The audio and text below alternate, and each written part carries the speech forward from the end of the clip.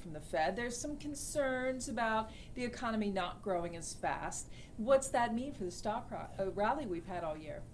Well, I think, given the performance of 12 and so far this year, we're up over 35%. And the market is just naturally ready for some correction, a little bit of easement there. And there are things to worry about. There are plenty of things.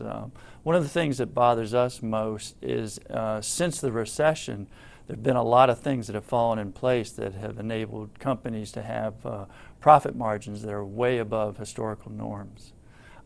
There was tax relief prior to this year.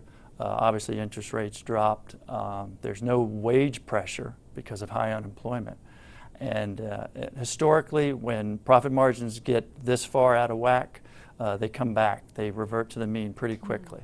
And at the same time, we've seen earnings expectations come down quarter after quarter, so that doesn't bode well either. Exactly.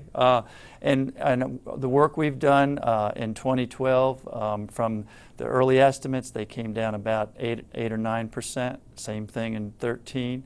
And the early numbers for 14, we're on track to do the same thing again. So if profit margins shrink and we're not getting that top line growth, the sales numbers, it means we could be in for a bit of a correction.